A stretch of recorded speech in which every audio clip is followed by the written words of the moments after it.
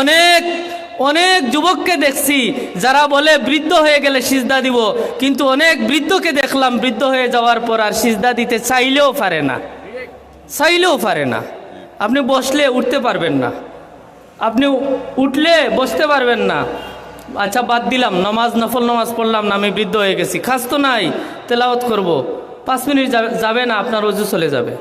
আচ্ছা বাদ দিলাম, আপনার রোজু যায় না, ডায়াবেটিস নাই, কোলেস্টেরল নাই, কিছু নাই, আপনি 5 মিনিট যাবে আপনার ঘুম চলে আসবে, চাইলেও পারা যায় না। আল্লাহ রাসূল সাল্লাল্লাহু আলাইহি ওয়াসাল্লাম বলছেন, যার কারণে ওয়া হায়াতাকা ক্বাবলা মাউতিক, মৃত্যুবরণ করার আগে তোমার হায়াতকে কাজে লাগাও।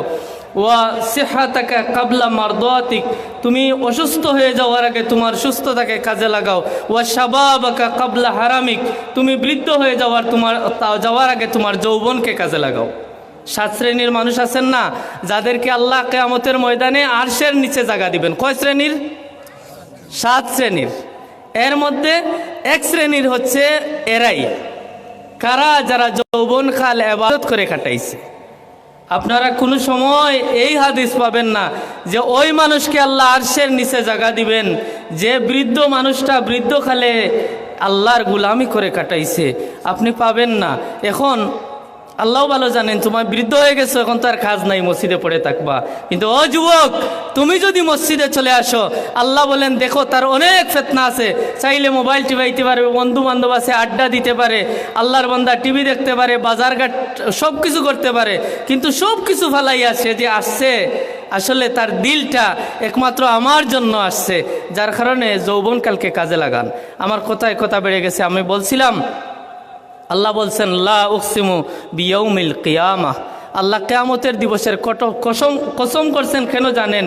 যে কসম করার কারণ হচ্ছে আমরা যাতে গুরুত্ব দেই, বুঝি আসলে কিয়ামত একটা আছে।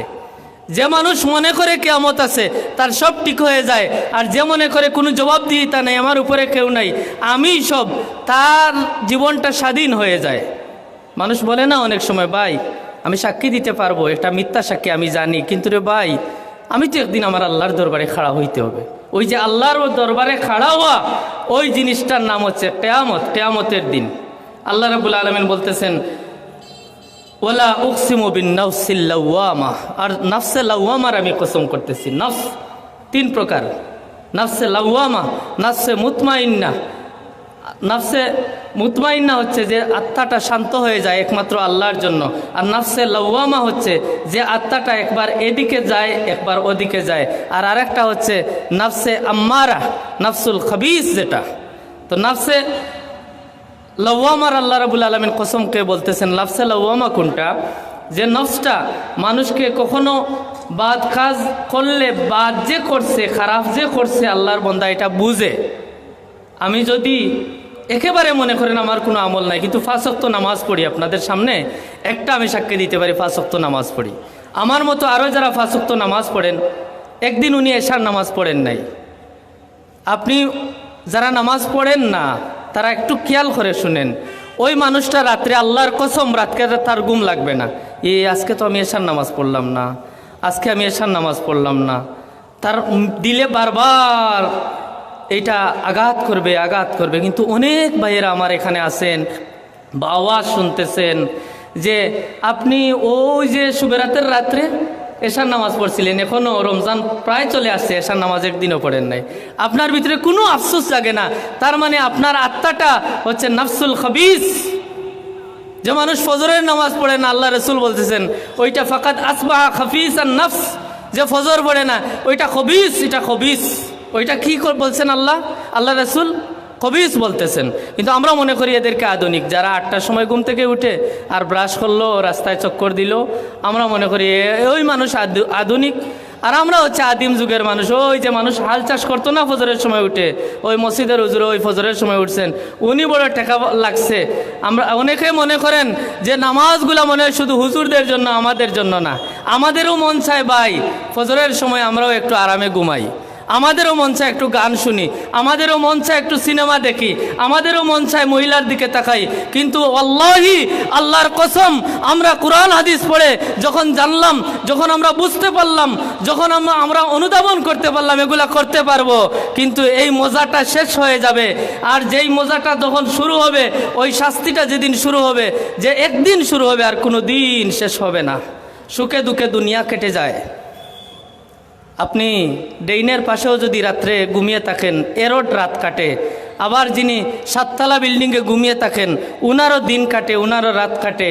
জেলখানায় যে থাকে তারও দিন কাটে, তারও রাত কাটে। দুনিয়া এমনি এমনি চলে যায়। কিন্তু কবর, হাসর যেটা শুরু হয়, ওই দিন যদি কান্না শুরু করেন, ওই কান্না কোনো দিন থামবে না। আর ওই মানুষ যদি ওই দিন হাসি শুরু করে, মরার পরে তার হাসি আর কোনো দিন শেষ হবে না। খালিদিনা ফিহা আবাদা। আল্লাহ রসুল সাল্লাল্লাহু আলাইহি সাল্লাম বলেন, যদি আকাশ থেকে একটা পাখি এসে একটা সরিষা দানা পৃথিবী থেকে নিয়ে যায়, আর পুরো পৃথিবীটা সরিষা দানায় ভরপুর থাকে, একটা একটা করে নিতে থাকে, সরিষার দানা নেওয়া শেষ হবে। কিন্তু কিয়ামতের পরে যে হায়াতটা হবে, এই হায়াত কোনো দিন শেষ হবে না। অনেকে তো ভাবতেছেন যে মরে গেলে আমি শেষ হয়ে যাব। মরে গেলে শেষ নাই রে ভাই। মরা মানে শুরু, মরা মানে শুরু। মরা মানে যদি শেষ হইতো, আমরাও ঘুমাইতাম, আমরাও আমোদ ফুর্তি করতাম। কিন্তু আপনি পড়েন নাই কোরআন হাদিস, যার কারণে আপনি অনুধাবন করতে পারতেছে না। যারা পড়তেছে এরা এত টেকা পড়ছে না। অনেক সময় আপনারা বলেন যে এগুলা হুজুর নামাজ, রোজা, হজ, যাকাত এগুলা হুজুরদের কাম, তারা যদি না করে আল্লাহ ফিটাইব ওরে। আল্লাহ কি আমাদের জন্য আল্লাহ খুব গরম আর আপনার জন্য খুব নরম? এই তো না, না, সবার জন্য আল্লাহর বিচার সমান। ইনসাফ যদি কেউ কারোর মধ্যে থাকে কিয়ামতের ময়দানে, এমন কি আল্লাহ চাইলে তো বলতে পারতেন তোমরা দুজকে চলে যাও আর তোমরা বেহেশতে চলে যাও, কারো কোনো কথা নাই। কিন্তু আল্লাহ কিয়ামতের দিন বিচার করবেন। এমন কি আল্লাহ বিচার করার সময় সাক্ষী ছাড়াও বিচার করবেন না। আমরা আল্লাহর দরবারে খাড়া হব, আল্লাহ আমাদেরকে বলবেন, বান্দা নামাজ পড়ছো অমুক দিন অমুক তারিখ ওইটার সময় শুক্রবারে রাত্রে তুমি ফজরের নামাজ পড়ছো? একটা একটা করে জিগাইবেন। কুরআনুল কারিমে আছে। আমি যদি এগুলার আয়াত বলে বলে তাফসির বলি অনেক লেট হয়ে যাবে।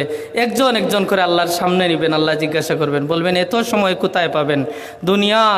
দুনিয়ার 50,000 বছর, কিয়ামতের ময়দানের একদিন। আল্লাহ জিজ্ঞাসা করবেন, অনেক নাফরমান সেই দিন বলবে, আল্লাহ আমি নামাজ পড়ছি। কে বলছে পড়ি নাই? আল্লাহ বলেন, ইয়াউমা নাখতিমু আলা আফওয়াহিহিম ওয়া তুকাল্লিমুনা আইদিহিম। সেই দিন নাফরমানের 2 ঠোঁটটা আমি বন্ধ করে দেব।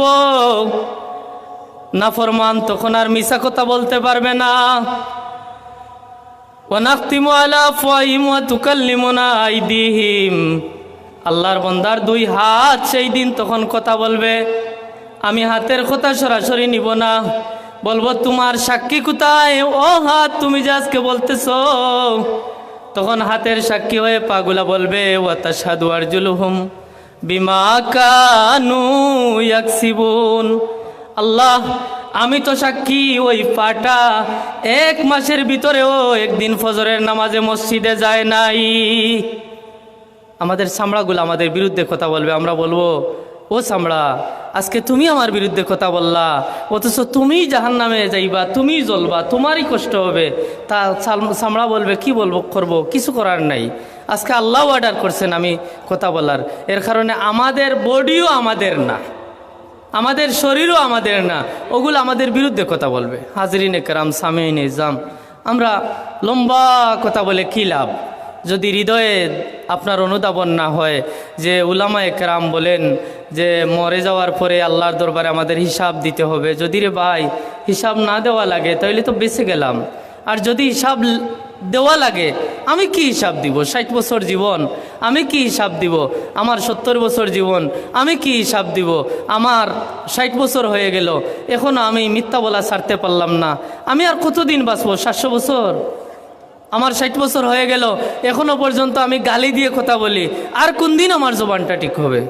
70 বছর হয়ে গেল, আমি এখনও সিগারেটটাও ছাড়তে পারলাম না, এখনও 5 ওয়াক্ত নামাজি হতে পারলাম না, এখনও আমি দিনের পথে ফিরে আসতে পারলাম না, আর কোন দিন ফিরে আসব? একটু হৃদয় দিয়ে চিন্তা করেন যে দুনিয়া অনেক সাজাইলাম।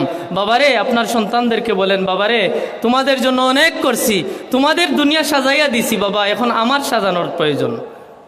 আপনারা অনেক সময় সন্তানরা বাবাদেরকে মাদেরকে টাকা দিতে চান যে মা বা বাবা এই নেন 5,000 টাকা, বলেন আপনারা যে না বাবা এখন আর আমি টাকা দিয়ে কী বলবো, আমি আপনাকে পরামর্শ দিই না, এটাও আনেন, আপনি এটাও এনে আল্লাহর রাস্তায় দান করেন, সদকা করেন, আপনার পুঁজি বাড়ান। আল্লাহ আপনাকে সুযোগ দিছেন। অনেকে তো আপনার সাথে নাই, মারা গেছে।